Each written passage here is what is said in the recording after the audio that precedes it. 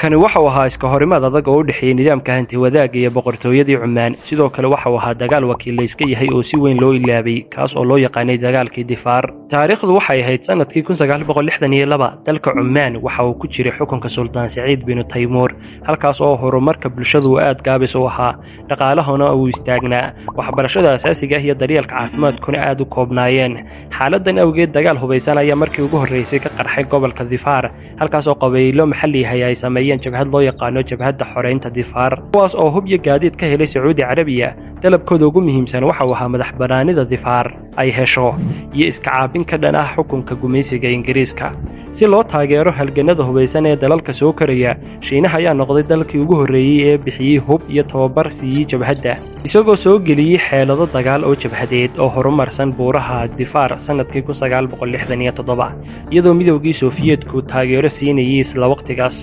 Yamanta Koonfureed ayaa noqotay dawladdii ugu horeysay ee hanti wadaag ah ee bariga dhexe midowgii Sofiyeedka ayaa markaas hub aad u badan u soo mariyay Yamanta Koonfureed si loo gaarsiiyo jabhadda sanadkii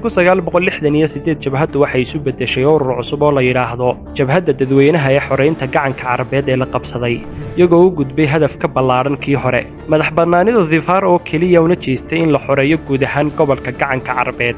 qiyaastii 1970 jabhadda waxay gacanta ku haysay inta badan buuraha iyo miyiga halka dawladda Cumaan ay ku koobnayd magaalooyinka xeebaha markii xaaladdu gaadhay heer burbur ah wiilka suldaanka Qaabuus bin Saciid ayaa afgambi sameeyay isagoo ogolaansho ka helay Ingiriiska wuxuuna aabihii u diray oo u musaafiriyay London Qaabuus wuxuu si degdeg ah u bilaabay dib u habeyn ballaaran isagoo dhisay iskuulo wadooyin iyo isbitaallo si uu u helo taageerada shacabka isla markaana waxa uu dib u dhisay ciidanka tan ka sii muhiimsan waxa uu helay taageero dibadeed oo xooggan Ingiriiska ayaa ciidamo khaas ah u diray buuraha si ay ula dagaalamaan jabhadda halka Iiraan ay dirtay kumanaan askari oo ay taageerayaan diyaaradaha qumaatiga u kacay helicopteriska iyo hub culus si ay beer ballaaran ugu qaadaan jabhadda markii jabhaddu si kordhaysa ugu biirtay xulafada Sofiyeedka Shiinaha ayaa si tartiib ah u yareeyay taageeradiisa bilowgii 1970 Shiinaha waxa uu xidhiidh diblomaasiyadeed la sameeyay Iiraan taas oo sababtay in xidhiidhka jabhadda si weyn uu go'o ee uu la dhaxeeyay Shiinaha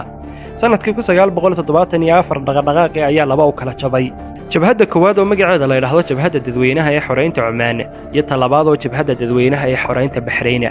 kooxda hore waxay sii waday dagaalkii Difaar halka tan labaad ay ka shaqeynaysay si qarsoodi ah inay uga dagaalanto Baxrayn sanadkii 1975 ciidamadii ugu waaweynaa jabhadda waxa lagu riixay buuraha xadka ugu dambeyn 1976 kadib 13 sano oo dagaal socday dagaalku si rasmi ah ayaa u dhamaaday ciidamada haray waxay u carareen Yamanta Koonfureed halka dawladda Cumaan ay gaadhay guushii kama dambaysta ahayd ma rabtaa inaad online-ka lacag ka samaysid dhaqaalena ka kasbatid adigoo mobilkaaga isticmaalaya gurigaagana jooga waxaad u baahan tahay 60 xirfadood ugu yaraan laba kamid ah inaad baratid haddaba xirfadahaasi waa kuwee waa AI-da affiliate marketingka cryptocurrency digital products sida online-ka loogu iibiyo e-commerce-ga iyo freelancing-ka haddaba sidee ayaad ku baran karaysaa waxaa jira buugaag ku qoran luqadda Ingiriiska haddaba waxaa lagaaga soo koobay buugaagtaasi mid kasta oo kamid ah xirfadahana waxa lagu soo koobay luqadda Soomaaliga waxaad helaysaa buug si tafatiran kuugu sharaxaya AI-da affiliate-ka iyo xirfadaha kaleba buugaagtan waxaad ku heli karaysaa iyagoo PDF ah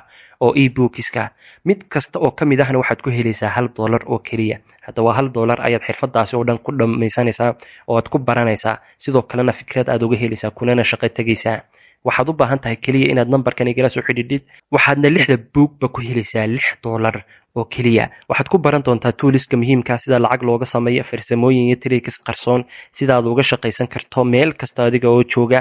dhammaan waxay kugu diyaarsan yihiin iyagoo e-books ah oo PDF ah mobilkaaga ayaad ku helaysaa isla markaana waad ku shaqo tagaysaa 6daas xirfadood marka aad fahantin sida dadka online-ka uga shaqaystaan hadda dalbo oo hada hel numberkaas shashada saaran igala soo xidhiidh